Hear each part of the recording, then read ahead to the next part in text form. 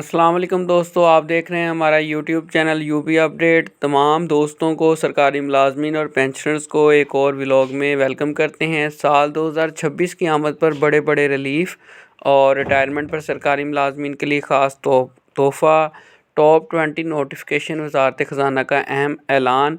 Video को मुकम्मल watch कीजिएगा क्योंकि सरकारी मुलाजमीन और पेंशनर्स के लिए मुख्तलिफ़ तरह की न्यूज़ हैं। आज के इस वीडियो में तरक्की से इनकार पर सरकारी मुलाजमीन को सुपरसीड करने का फ़ैसला।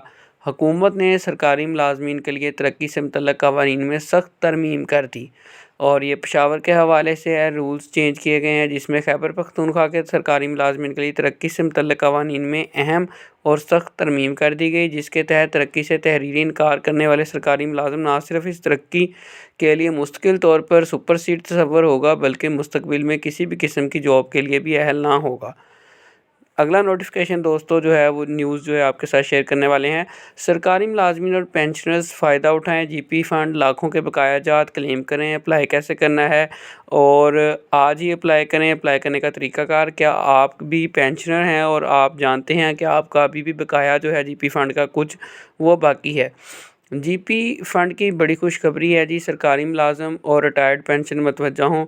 अकाउंट ऑफिस में आपका जीपी फ़ंड बकाया अभी भी मौजूद है, जो अब भी दरख्वास्त देकर हासिल किया जा सकता है। रूल के मुताबिक सरकारी मुलाजिम अगर दौरान सर्विस या रिटायरमेंट के वक्त जीपी फ़ंड निकलवाए तो इसे अदायगी जो होती है दोस्तों वो 30 जून के मुताबिक होती है। आप बेशक जब मर्ज़ी रिटायरमेंट लें, साल के जिस मंथ में मर्ज़ी लें, लेकिन आपको जो अदायगी होती है वो 30 जून तक फ़ाइनेंशियल ईयर के हिसाब से होती है, क्योंकि माली साल 1 जुलाई से शुरू होकर 30 जून को ख़त्म होता है।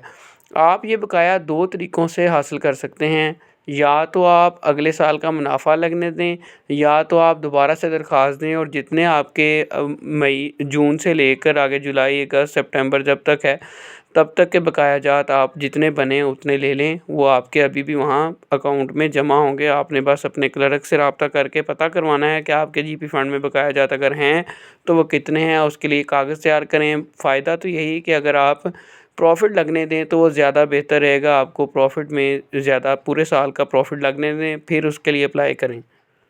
अब मिसाल के तौर पे अगर आप 20 मई 2020 को रिटायर हुए हैं मई के महीने में, तो रिटायरमेंट के वक्त आपको जीपी फ़ंड की रकम 30 जून 2019 के बैलेंस के मुताबिक हुई है।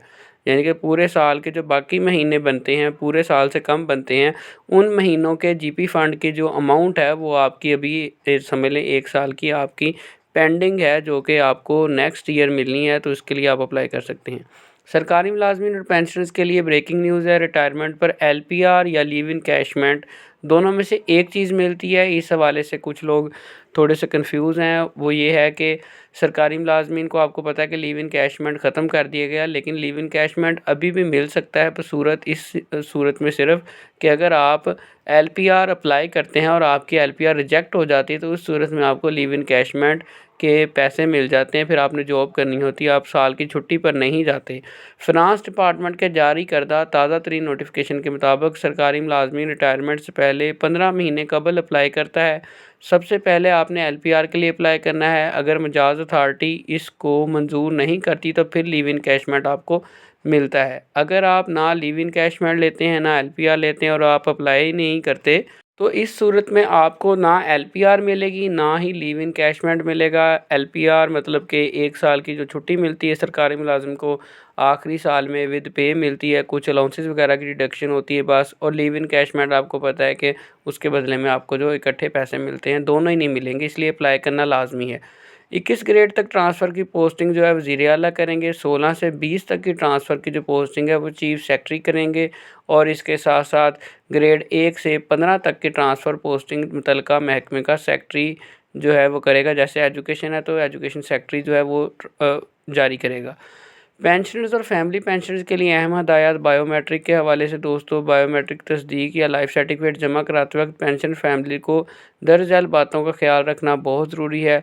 आपने अपनी बायोमेट्रिक करवानी है। लाइफ सर्टिफिकेट फिल करने के बाद गज़टेड स्केल ग्रेड 16 और इससे ऊपर से तस्दीक करवा के जमा करवाएँ। सिर्फ फैमिली पेंशन लेने वाली बेवा, तलाक याफ्ता बेटी, गैर शादीशुदा बेटी और बेवा बेटी नॉन मैरिज सर्टिफिकेट लाजमी जमा करवाएंगे। नॉन मैरिज सर्टिफिकेट में कवायफ अपने लिखने हैं जो फैमिली पेंशन ले रही है, ना कि फ़ौत होने वाले सरकारी मुलाजिम के। उसके बाद दोस्तों 1 जनवरी 2025 से पहले एलपीआर पर जाने वालों पर पुराने पेंशन रूल्स अप्लाई होंगे। इस हवाले से भी लेटर जारी कर दिया गया। आपको पता है कि पुराने पेंशन रूल्स अच्छे थे, जबकि नए पेंशन रूल्स जो हैं उसमें काफ़ी ज़्यादा कटौतियाँ हैं सरकारी मुलाजिम के लिए। लमसम पे पैकेज की बात चल रही है। आपको पता है कि गवर्नमेंट ने नोटिफिकेशन जारी कर दिया कि परमानेंट तकर्री अब नहीं होगी, लमसम पैकेज दिया जाएगा। लमसम पैकेज को देखकर सरकारी मुलाजमिन की अक्सरियत जो है वो दिलहार बैठी है। मगर याद रखें, इस पैकेज में ना सालाना तरक्की लगेगी, ना बजट में इजाफा होगा, ना पेंशन, ना ग्रेजुटी। आधा नहीं पूरा सोचें। इस हवाले से मैं आपको बताता चलूँ, स्केल 1 से 4 तक के जो लमसम पे मिलेगी वो 50,000 है। स्केल 5 से 10 की 1 लाख है। स्केल 11 से 15 की जो नई तकर्री होती है नए रूल्स के मुताबिक, उसकी सैलरी 1.5 लाख है। स्केल 16 से 17 की 2 लाख और स्केल 18 और इससे ऊपर वालों की 2.5 लाख।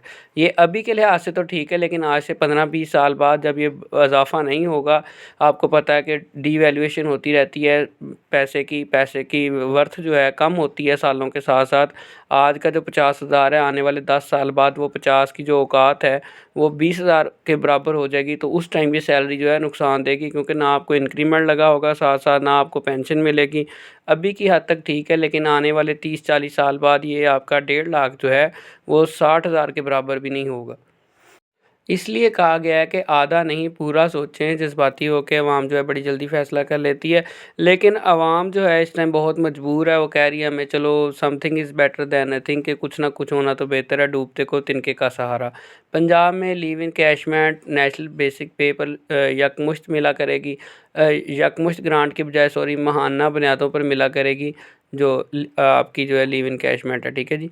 उसके बाद सरकारी स्कूलों में तैनात हेड टीचर्स के लिए खुशखबरी है। गवर्नमेंट जो है रावलपिंडी के में पंजाब गवर्नमेंट ने पंजाब हुकूमत का साजा को कारकर्दगी अलाउंस देने का फ़ैसला किया है, जिसमें प्राइमरी स्कूल्स के टीचर के लिए 5,000 रुपये जो है ऐलान किया गया है, और इसी तरह एलिमेंट्री के लिए 7500, हाई और 10,000 और हायर सेकेंडरी स्कूल्स के लिए 12,500 अलाउंस दिया जाएगा। कुछ मुलाजमिन इसको कारकर्दगी अलाउंस कह रहे हैं, और कुछ कह रहे हैं कि ये सिर्फ जो है हर टीचर को नहीं, बल्कि जो आपका हेड टीचर होगा उसके पूरे ओवरऑल स्कूल के रिज़ल्ट की बेस पर उस हेड टीचर को मिला करेगा, प्राइमरी के हेड टीचर को, एलिमेंट्री के। अभी इसमें क्लैरिटी नहीं है, जैसे क्लैरिटी आएगी आपके साथ इसी यूट्यूब चैनल पर अपडेट कर दी जाएगी। पेफरा सिस्टम ये एक सिस्टम है खुदकार, जो ईमेल भेजता है सरकारी मुलाजमीन को सैलरी के हवाले से, ख़ासकर गवर्नमेंट टीचर्स को। इंक्रीमेंट के साथ एडहॉक रिलीफ 24 और 25 में भी इजाफा हुआ है। एक तो इंक्रीमेंट हुआ है, इसके अलावा एडहॉक में भी इजाफा हुआ है, बाकी अलाउंसेस मुंजमद हैं, और कटौती में भी इजाफा हुआ है। आप अपनी सैलरी स्लिप में दिसंबर की चेक कर सकते हैं, मेल्स आ चुकी हैं दिसंबर की सैलरी स्लिप की। अब दोस्तों बात कर लेते हैं, सरकारी मुलाजमीन आज भी खुशखबरी के मुंतज़र हैं कि वफाकी तर्ज पर डिस्पैरिटी अलाउंस में फ़िलफ़ौर 30% इजाफा, live in कैशमेंट, pension, gratuity, rule 17A की बहाली और दीगर जायज़ हकूक़ मंजूर किए जाएँ। और ये पीट पीट कर थक गए हैं तमाम सरकारी मुलाजमीन। पंजाब के अंदर खालिद जवेद संघेड़ा साहब की बहुत ही नाकस कारकर्दगी, और जिसे कहा जाता है कि वो दोनों तरफ खेलते हैं विकेट के, गवर्नमेंट के साथ भी और मुलाजमीन के साथ भी। गवर्नमेंट के कागज़ों में अच्छा रहने के लिए उन पर इस तरह के इल्ज़ामात अब सच्चे साबित होते जा रहे हैं। उम्मीद है नया साल 2026 सरकारी मुलाजमीन के लिए अच्छा साबित होगा इंशाल्लाह। दिसंबर की दरख्वास्त सालाना इंक्रीमेंट के साथ जारी हो चुकी है, मगर सरकारी मुलाजमीन आज भी इस खुशखबरी के मुंतज़र हैं कि उनको भी वफाक की तर्ज पर 30% डिस्पैरिटी अलाउंस कम से कम दिया जाए। कुछ दिन पहले रहमान अली बाजवा साहब ने एक बयान जारी किया था, जिसमें उन्होंने अगीगा के जो हैं सदर, उन्होंने कहा था कि आप से अगर एहतजाज नहीं रिकॉर्ड करवा सकते पंजाब वाले खालिद जवेद संघेड़ा साहब के, वो आज से पहले भी लगता है कि वो अगेंस्ट रह चुके हैं और उनकी बात सच साबित हो रही है वक्त के साथ साथ, तो फिर हम आपकी जगह आके पंजाब में एहतजाज करके आपको डिस्पैरिटी अलाउंस लेकर दिखाते हैं गवर्नमेंट से। और जिसकी वजह से खालिद जवेद संघेड़ा साहब ने भी अब थोड़ी सी हलचल दोबारा से दिखाई है।